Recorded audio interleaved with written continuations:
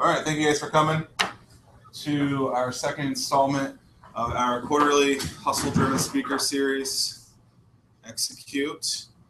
This is going to be a great day. We'll see 6 awesome speakers of all different lives. You'll see each of them on here, starting with Jim White in a couple of minutes. Steve, Frank, Dennis, Bo, and Sam and Adriana all will tell you about stories of resilience and execution. And the reason we do this is because we think that entrepreneurship and business owners are awesome, and we want people to be able to see what they go through on a day-to-day basis, not just what they do on Shark Tank, which is sometimes pretty tough. Everyone will probably sit this chair when they do it. And like I said earlier, you guys can use the hashtags that are on the sheet. Before we get going, or throughout today, think about what are your immediate goals that you would like to achieve within the next month, and take a couple of minutes and just fill that out right now, if you would. What are your immediate goals? And we'd like to see how those kind of change, or what you're going to be able to do by the end of the day to execute that. My whole face in frame there? You can scroll up then. Yeah, because I do sound effective. Right here. Let's fit it out. Are we on Periscope, yo? Yes, we are. We are live on Periscope. On that man's cell phone right there.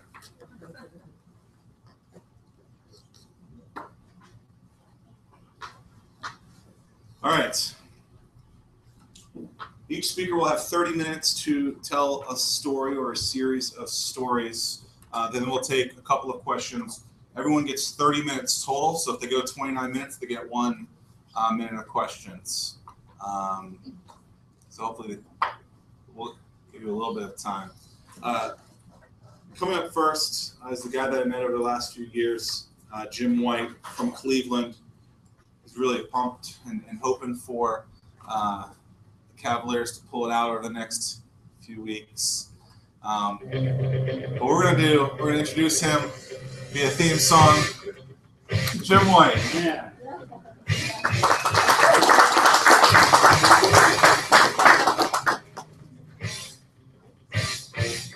Awesome.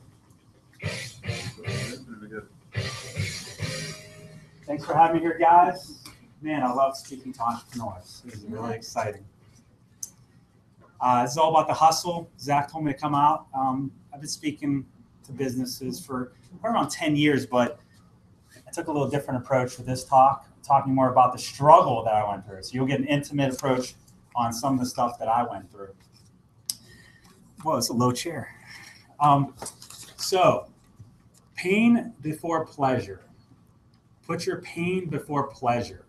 When I was graduating from high school, a speaker at our commencement mentioned that, and that just rang the bell in me. And I've never forgot that. Putting pain before pleasure. What I got out of it, what he was saying is, in life, put your pain before your pleasure. Work hard and enjoy later. I've seen a lot of colleagues of mine, a lot of friends that put their pleasure before their pain, and later in life, they're not set up for retirement, or they crash and burn. So I always took that approach. Put your pain before your pleasure. And I've been definitely through some pain. So give you a little story about where I started. My name is Jim White Fitness from Jim White Fitness Nutrition Studios. For those of you who don't know, we own 3 personal training studios here in Virginia Beach. We have a corporate wellness company. We have a nonprofit.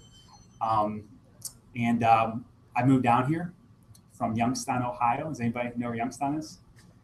Just got voted the most miserable city in the United States. The most miserable. Highest murder rate per capita. Mahoning Valley is the most cloud cover in the United States. Of course, it's cold. In a matter, you want to talk about a down economy. And 10 miles from our city, there's 8,000 vacant buildings and businesses and houses. So very dismal there.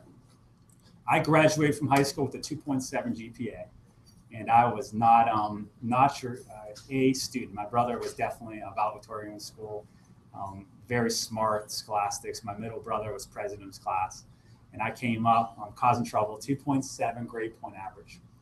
And I know what you're thinking, dumb jock, and a lot of people did, especially a lot of my high school friends and even some of my teachers. But I never sold my dreams for other people's opinions. That's one thing I kept on pushing on. So I went into college, and a lot of people didn't think I was going to go to college. Even some of my family members just didn't think I was going to go to college. So I went to Youngstown State University. It wasn't Harvard. Some say it was the 13th grade, going out right from high school. And something happened. For some reason, I don't know, I applied myself a little bit my first semester, and I got 3.41, which Dean's List was at 3.4. And I've got a lot of awards in sports, played baseball, played golf, basketball, but I never got a Scholastic Award. So I got Dean's List, and something about that just really fired me up. So since then, I graduated with 3.9 in college, summa cum laude. And I remember writing a college paper, and I actually dug it up about a year ago, and I read it. It was where you're going to be in 10 years. And everything I wrote in that paper is exactly where I am today. And it's funny, I looked it through, and I got a C on the paper, believe it or not. It was one, I had this teacher who was really didn't like me. But she put on the paper, "You're such a dreamer, Jim." And, really, just had a lot of that, growing up. So it was kind of like, wow, am I really going to do this? So my goal was to get into the fitness field. I loved exercise. I was an athlete all my life. I loved nutrition. I took nutrition. I graduated with a nutrition degree and got certified at the American College of Sports Medicine. And I originally was going to go to LA. I had everything set. My cousin lived down near Virginia Beach. And I moved down to Virginia Beach, and I had $400 in my pocket. So I came down to Virginia Beach, and I was moving with my cousin. I rented a U-Haul, and of course didn't afford insurance. And I hit our condo association's new town and country van. I scraped the U-Haul right alongside of it. So right away, I was in negative equity. I called my parents. I was like, "Listen, I don't think I can do this." Somehow I switched insurance companies around that time, and got wiped away. So I didn't have to pay anything for it, and I lucked out there. I started personal training, and then I started really going from there. So some pains that I experienced in life. Number one is $400. And starting any business, of course, capital is very, very important. So there's a few things I did to end up, increasing mine. Number one, I worked as a contractor for a few different companies, and I saved every dollar I had for around 3 years. I mean, I didn't spend anything. I worked hard. I didn't go out. I didn't spend money on food. I was just eating your normal cheap foods from Food Lion, and I saved as much as possible. Also, what I learned is I bartered a lot for services, such as our lawyer, our accountants, all the important things I knew that were really expensive. I ended up bartering. So with that, it ended up, of course, I helping out people, getting them fit, and in turn bartered with them. So didn't have to pay for those services. Of course, taxes I did, but not have to pay for those services specifically. And then I did a lot of cross promotion with other businesses, all kind of businesses, cross promoted, and that was a way for me to get an advertising at a low cost and get people in to start training with. So that was number one pain I went through, or adversity, was not having any money. Number two was I didn't know anybody. I knew my cousin. That's it. I'm coming from the north, a Yankee coming to down here, and didn't know anybody. So it was very, very difficult in branding myself. A lot of times, if I would have opened up in Youngstown, Ohio, of course, I knew a lot of people, so it would have been a lot easier. So that was something I really had against me. So the one thing I did is I networked, just like a lot of you guys do, and it's important for business to network. Started talking about my business everywhere I went. Everywhere I went, I gave someone a card. I talked to them, told them what I do, and I tried to live the life, try to stay fit, so people would come up and say, "Hey, what do you do?" So that was a big thing I did, was network. Another big thing I did was get into the media. I learned that fitness and nutrition is a very hot topic. It's there's tons of news stories about it, so it was an easy way to get into the media. So I contacted the Pilot, I contacted WBEC, WTKR, every single outlet as possible. We've been on the front page of the Daily Break and the Pilot 7 different times for 7 stories in our past. That's on the front page.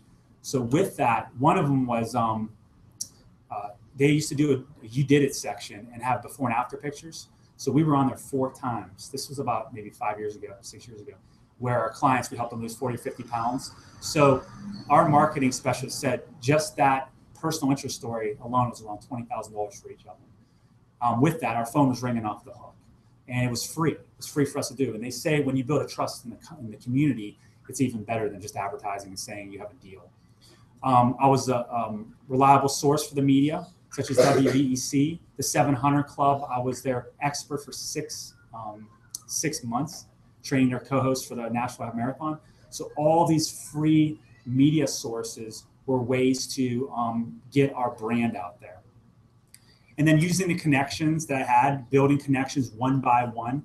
I think the great thing is about entrepreneurism and small business is everyone wants to support it, especially now at this time. Most communities are pro small business, as you can see a lot of the startups coming up. But so with that, people want to see you succeed. So I relied on that, and I provide people with great services, and in turn, they would give opportunities to grow. And then building a brand. Gymway Fitness Nutrition Studios. I originally did not want my name on the studio. I didn't want my logo. I felt that I just didn't want to be. I felt, well, how 10 years from now, what if I can't train? Will people want to go to any of my other staff if my name's on it? My branding specialist was like, you are the brand, go with it. So we did, and that's what came with the brand. We trademarked it many, many years ago. So building that brand, that was pretty important. The third biggest pain I had or adversity is I had no business background.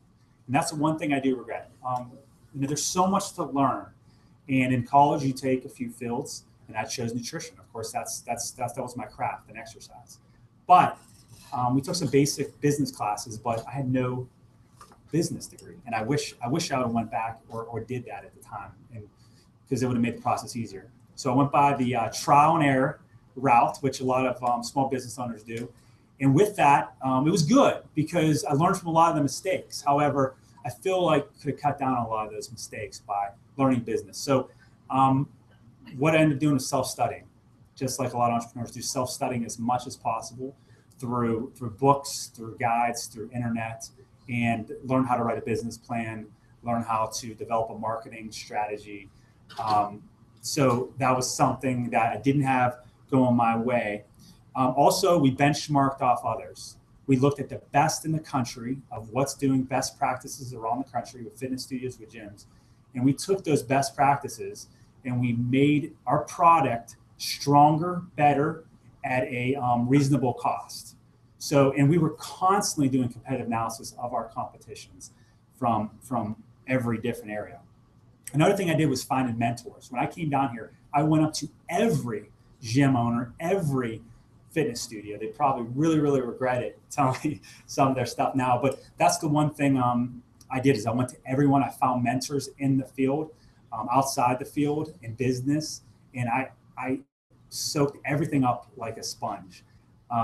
So that really helped. And then I hired the right people. We do 4 interviews for every single person we hire. And that's really important because, of course, we can't do it on our own. We now have 20 employees, and each one of them are very, very important. They have an important part from our general managers to our studio managers to our office managers, office assistants, interns, to our trainers, dietitians, office assistants, all the way down the line. They all have a very important part to make it a streamlined business. Fourth adversity, which I think a lot of us have, is a down economy. That is a big struggle, especially in 2010. We started seeing people going from 3 sessions a week to 2 sessions a week, going from one-on-one personal training, which is 95% of our business, to small group training. So we had to tighten up our expenses. And I thought that was a great, great thing because what happens is when you're in your golden years of your business and money's coming in, it's really easy to start spending and start getting careless.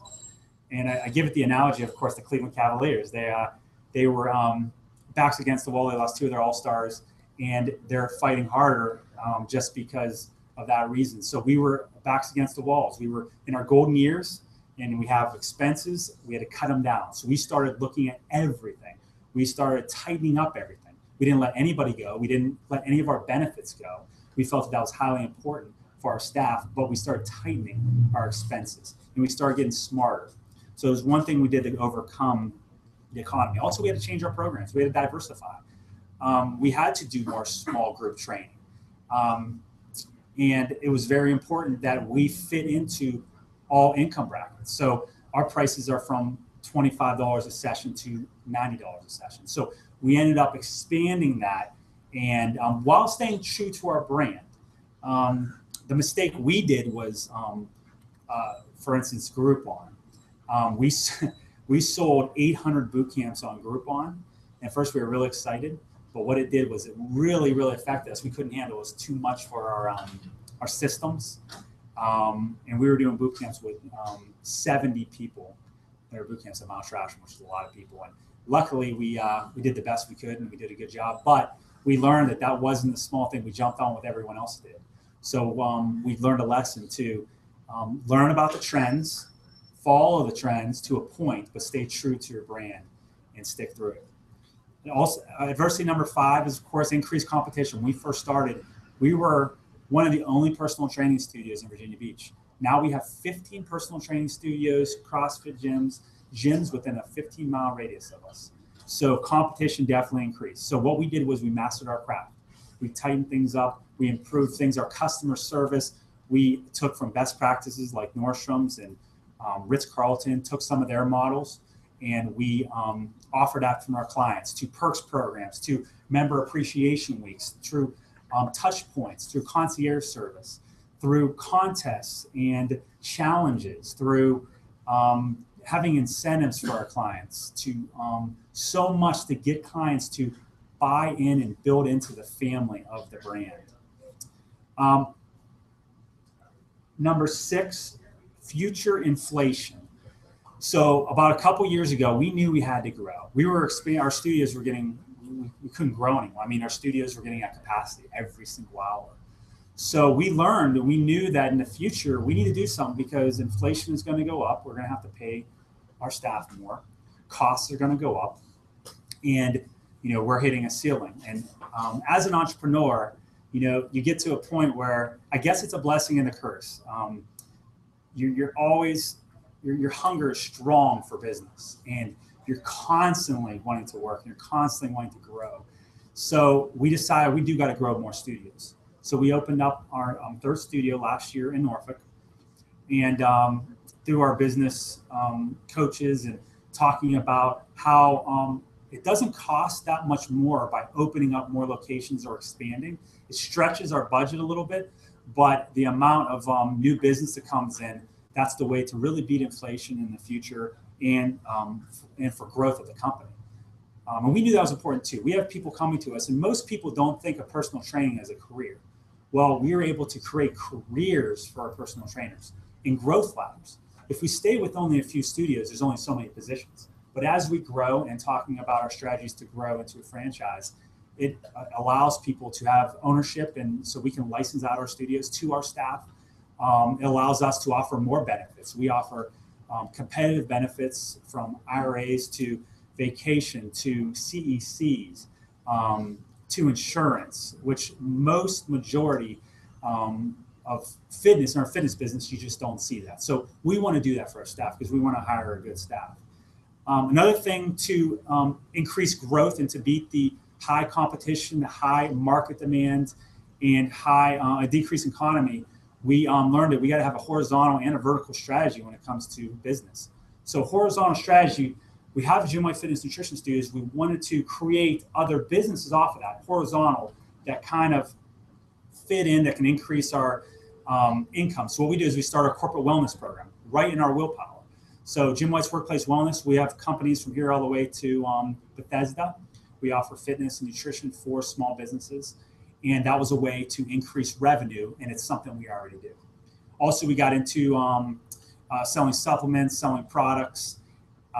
So that was a way to also do it horizontally. And then vertically, we knew by opening up more studios, we knew that growth impact. So where our goal is to grow vertically with opening up more locations, and horizontally with having more products to our business. And then probably one of the personal adversities I've had over the last 10 years, we will be open 10 years at Jim White Fitness and Nutrition Studios this August. I started realizing in the middle of my career, it's great to make money and help people, but I felt that there's a need to help people off the clock, and really believe in the community. So we were doing a boot camp about 4 or 5 years ago at the oceanfront, and there's a bunch of homeless that were jumping into our boot camp and exercising. And our clients were really upset, and they were making comments. And I said, you know what? People are in need out there, and the homeless is one of the populations we really feel. We've always done work with them. So we create a nutrition and fitness program for the homeless. We started a 501c3, Jim White Fitness Foundation, 5 years ago. We started our LIFT program. Our LIFT stands for Lifting Spirits, Improving Bodies, Feeding Souls, and Transforming Lives. We create a 90-day program. It's an exercise program for the homeless. The first 30 days is exercise. The second 30 days is nutrition. We do grocery store tours. We have chefs comes in from the Culinary Institute. EVMS comes in, does blood sugar readings. We do grocery store tours. And then the third month, we help get them jobs. So we've teamed up with local businesses that hire, such as Walgreens and Home Depot, and a bunch of others, to get them jobs. So I felt that there was a need in the community to grow and help people in need. And we're growing in our area in Virginia Beach and Norfolk, and we're going to be starting chapters in Colorado and in Ohio this next year. So it was something that I really felt that was needed on a personal level. And it's funny, I'm spending more time on our nonprofit than we are the business. And the nonprofit world is very, very difficult. It's just as challenging as starting a business. You need all the same things, business plans and strategic developments and everything. Then on a personal note with myself, being an entrepreneur, of course, long work hours, working 14 hours a day since I came down here. You get burned out really easy. So I started really getting burned out and saying, man, what's the point of being, having this great career if your health is poor or if your family life is poor? So I started recognizing, started seeing a lot of clients, friends around me, entrepreneurs that started dropping in other areas of their life. And I said, I don't want to do this. So I always loved the balance wheel. How has everybody seen the balance wheel? It has a balance of things that are important in life. Some important things in life that most people look at is family, faith, work, finance, education, fun. So I say, you know what? Be an entrepreneur, or a lot of us are extremists. We do things on the extremes. We eat a lot, we might exercise a lot, we build a business, and then we slow down. So I wanted to have that true balance in life. So what I started doing is every week I started taking a balance wheel. I got online and I started marking where I am each week on this balance wheel. If I started seeing myself extremely high in work and low in my family life, or low in my faith in different areas, I see that there's a little bit out of balance there. And so what I started doing is I started working to keep life in balance. So on the personal front, I felt that was really important to me to make the marathon of life, to be able to last the distance to retirement rather than fizzling out and getting burned out real easy. So in closing, putting the pain before the pleasure is really important to me. And I'll never forget that speaker. I don't remember his name, but putting the pain before your pleasure so you can enjoy things in balance and moderation for the rest of your life. That's definitely what got me through most of my adversity. So thanks, guys. I don't know if we have time for questions.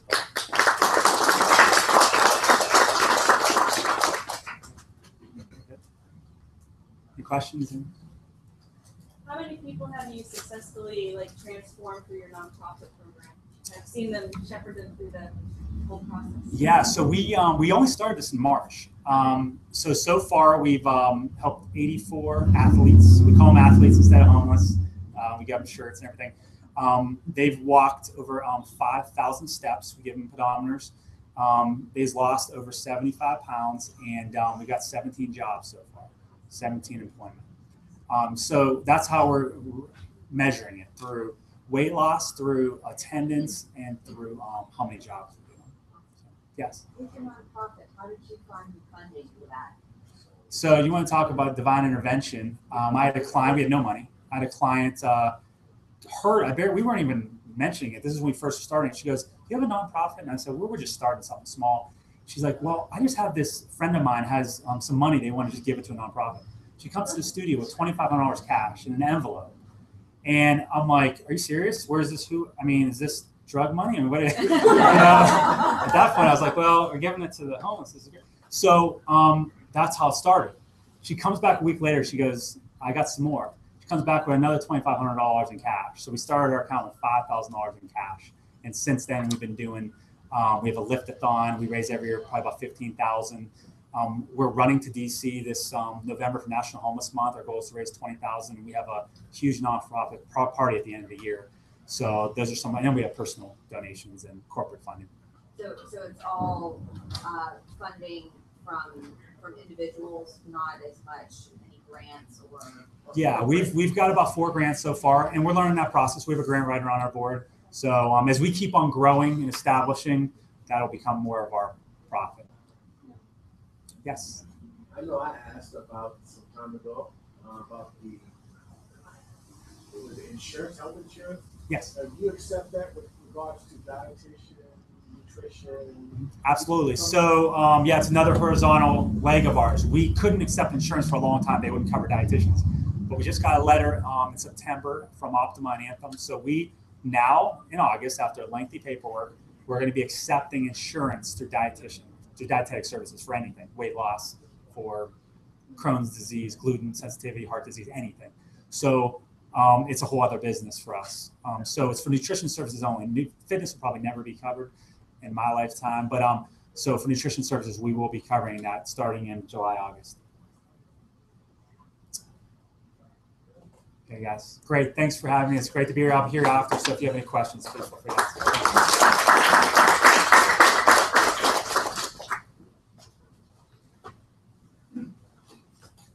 Awesome. Good luck to your Cavaliers tonight.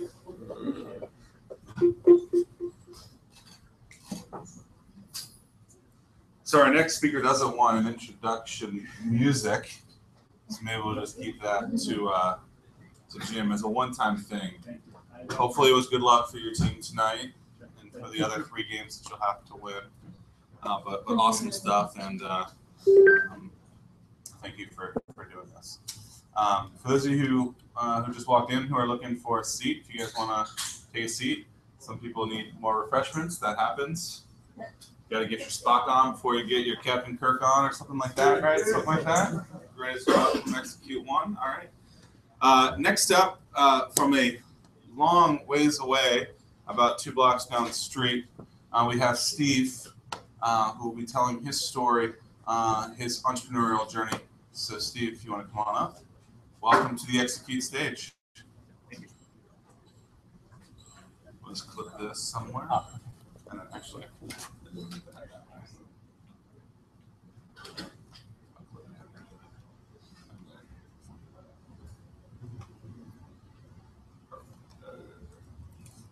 Perfect.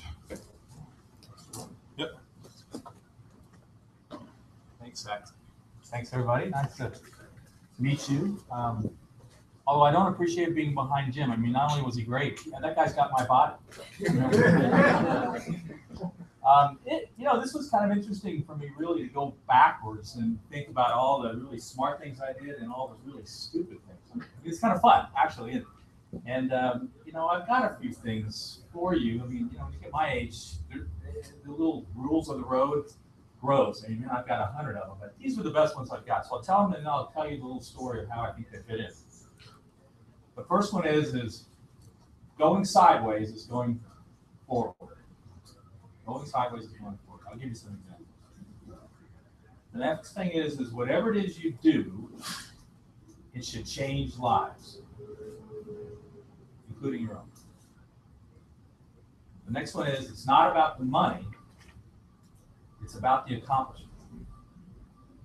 And the last one, maybe the most important, is never, ever, ever take advice from your future ex-wife or ex-husband.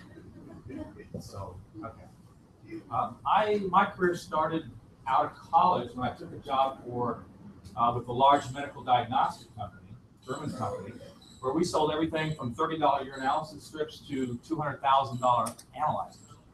It was a wonderful job, but tough job. But one day, we got in a new product. These little strips, little blood sugar strips, with the instructions of go to the neonatal nurseries, show these, stick your finger, let them see them, because about a third of babies are born with low blood sugars, and they need to test the baby, they squirt a little dextrose, and they're fine. So I was on almost straight commission. I went, showed these little things. People would say, yeah, I'll take one. It'll last them about 6 months, so it wasn't a big money maker. Well, I lived in Kansas City at the time, and everybody was saying, look, we can't do anything unless Dr. Hall says it's okay.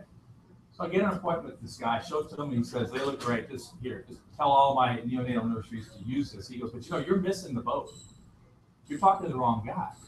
He goes, hold on. He gets a prescription pad, and he writes this out and says, Rich, this is Dr. Rich Hellman, a diabetologist at KU Medical Center. Put all your diabetics on this. And he goes, go see him. He goes, he's a real ass. He won't see you without this. So I go over there. I try to go to the library, do a little study when there was no internet then, and go meet with this guy. He goes, the only reason I'm seeing you is because Paul said it. So what do you got? I go, well, here's what I think I have. I've got these little blood sugar strips, and your diabetics can stick their finger, test their blood sugar, make changes in their insulin, their food, and their exercise, and potentially live a normal life. That's all I know. You looked at it, asked a few questions, and said, how are these things packed? 24. He goes, okay, I'll take 24. And I go, great, 24. He was on 24 cases. And there it began. And it was amazing, because what happened then was one of the most important lessons is when we started pushing this. The first people to adopt this were women, diabetic young women. Why? Babies, right? And all of a sudden, we started, the diabetologists, the doctors started putting women on these who had diabetes, and the letters start coming in. Pictures of babies saying, I lost my first two, and now look, a healthy baby. And I knew that, and that's when I changed, because I thought it was about the money.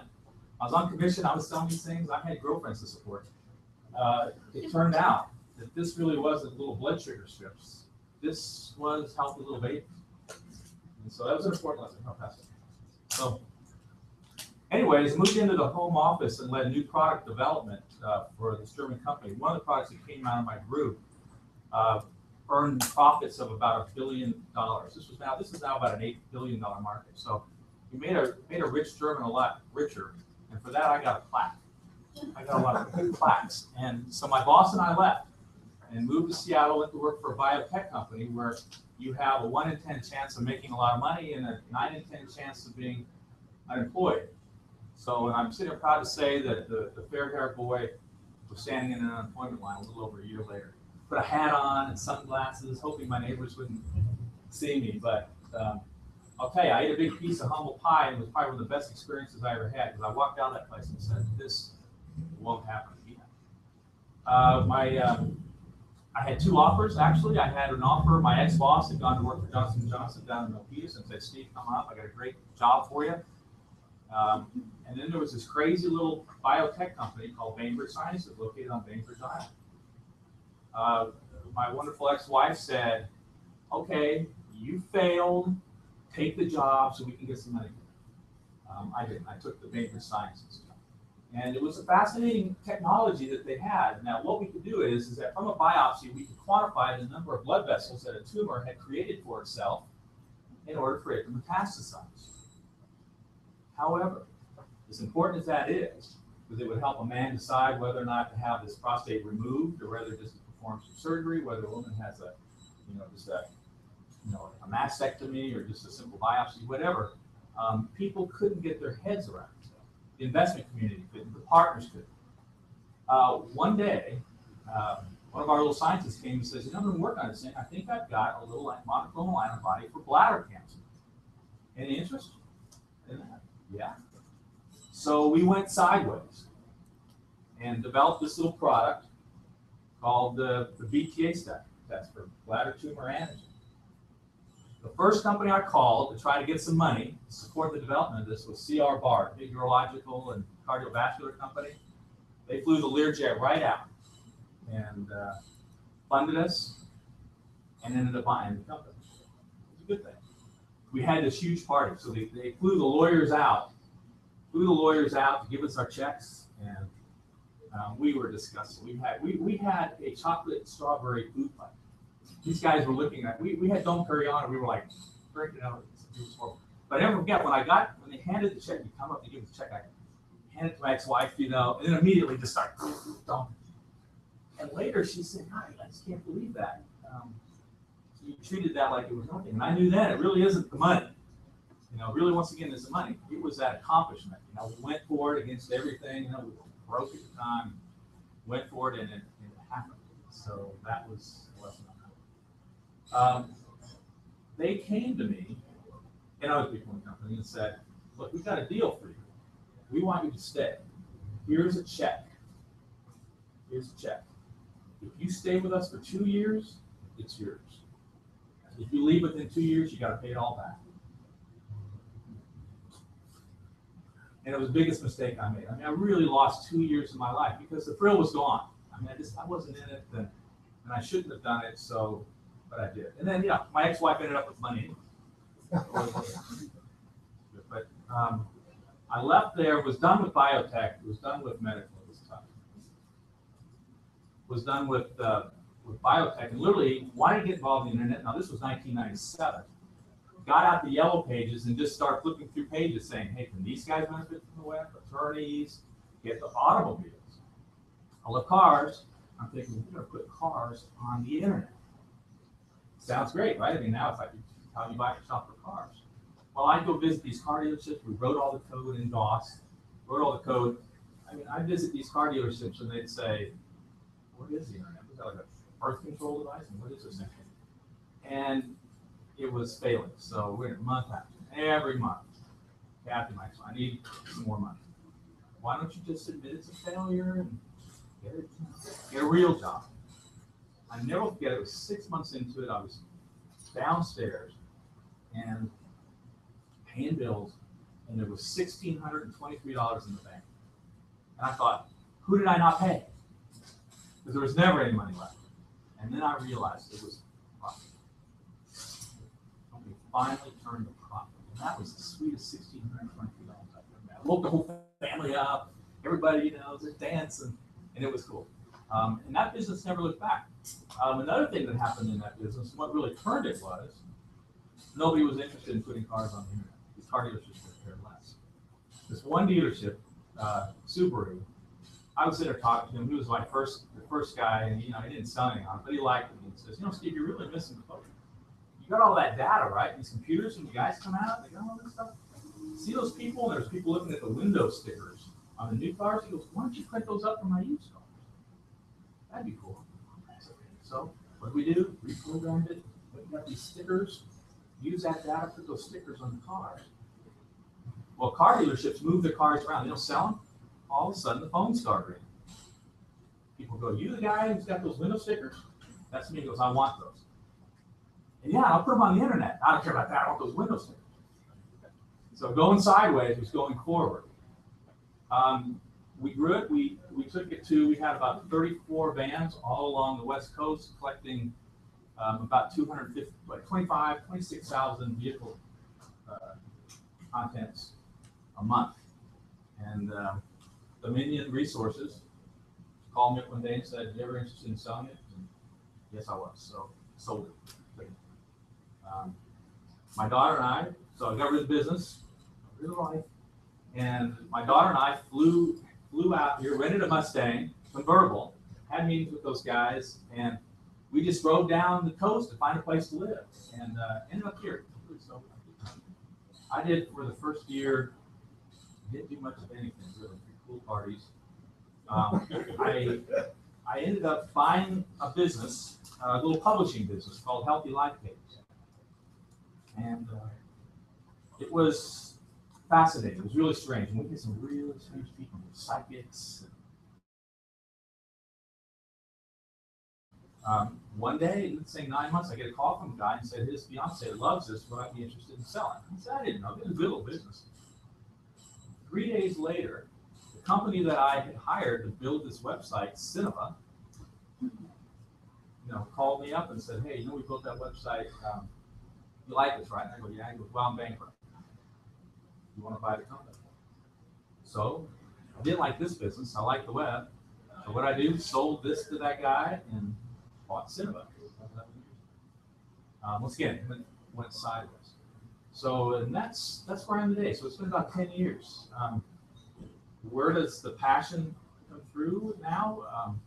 The people that work, that work over at the shop. I mean, they're all young. They're all, definitely those two there. Actually, not. We got a Steve database program is like 6 to 8 years old. That's good. Anyways, but we've got people now who having babies, bought houses, doing well. I mean, primarily they're smarter. They're reaching potentials in many ways. I mean, that's good. I do a lot of joy on that. People know us as a company that makes people money. That's what we do. I guess that comes a little bit with my age and being around and having some businesses. I look at everything to say it is about getting you some money, getting you some customers. So we're known for that. That's good. We've taken a lot of little tiny businesses to not significantly larger businesses. We've been employed people and done well with them. So, yeah, it's been quite a journey. In conclusion, I'll tell you guys, we right down the street, we have some space. We have a little bit of money. We're always interested in incubating something. So if you have something and you believe you got something that will change people's lives, then, give me a call. Thank you. Questions? Were you afraid to diversify? Because it seems like all those businesses, they don't really have much in common. They seem kind of different, but it kind of worked out in the end. Were you kind of afraid to expand? Scared as hell. Mm-hmm. Yeah, really. It's scary. But I will tell you, I've come to know now that fear is the best of all emotions. It really is. I mean, you notice this when you're kind of afraid. When are you the most alive? You're snapping and you're thinking and you're processing everything around you, right? And you're a little afraid. So I don't know. Now I like it. And I think it's good if you're a little afraid. That means something's happening. So, no, I didn't. I mean, I didn't. Yeah, I was.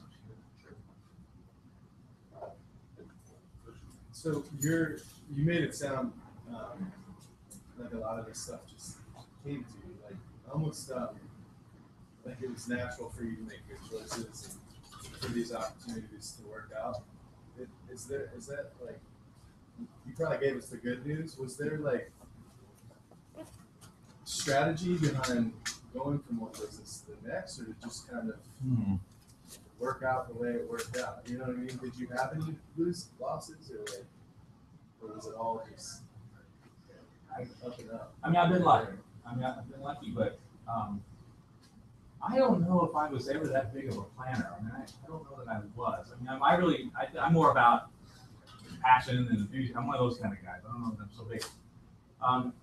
But I would tell you, like the automotive deal, that was, I mean, I did nothing but flush money for 6 months. So it was a little something ahead of the game.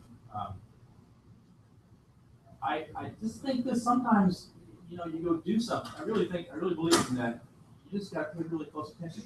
And any idea you have or anything that you have, at some point you've got to see it as like a plant, almost like a beautiful flower. And you plant it and you provide the soil and you can do the fertilizer, but somewhere, whatever it is you've got, is going to have to grow all on its little self. You can only throw so much at it. And if it doesn't, go sideways. And so I think that's kind of the thing. A lot of people I know, I mean, they go after, they push things, and they push it, and push it, and they go forward, and it's a loser. And that time isn't going to come back. So I would just say, pay attention to this. You're probably just off-center just a little bit. And I guess from my standpoint, I believe if I would have planned all that out, I probably would have gone down with the ships a couple of times. We would have stuck to our guns, like with the cancer diagnostics. We didn't move sideways to that little simple pregnancy test for bladder cancer. It would have gone. That's good. I was just curious. It seemed really It all seems easier. When everything in the past seems easier.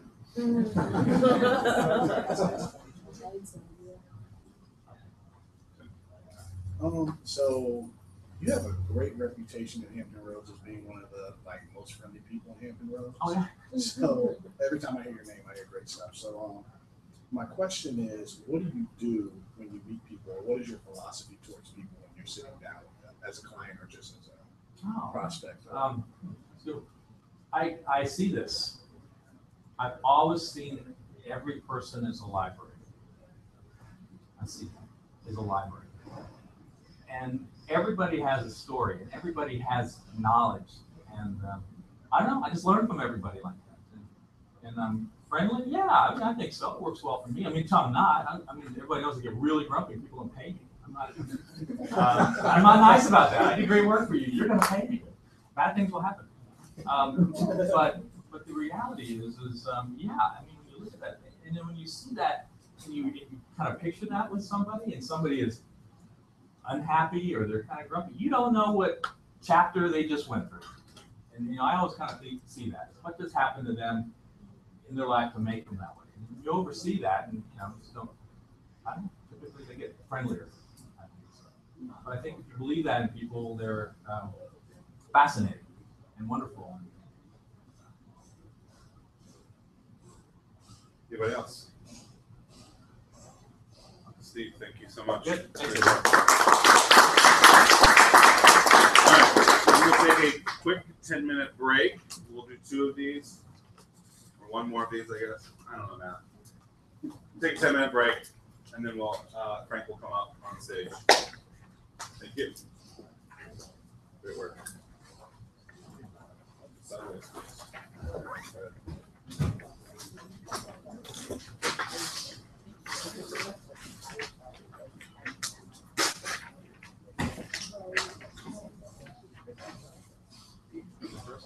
What's that?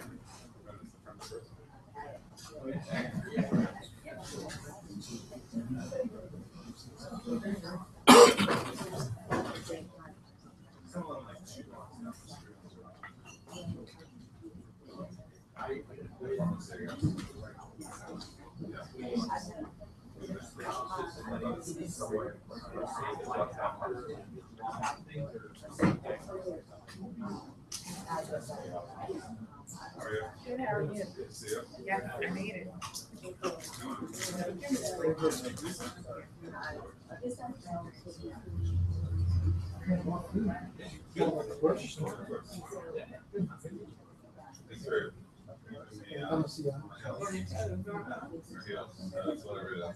never get thanks, right?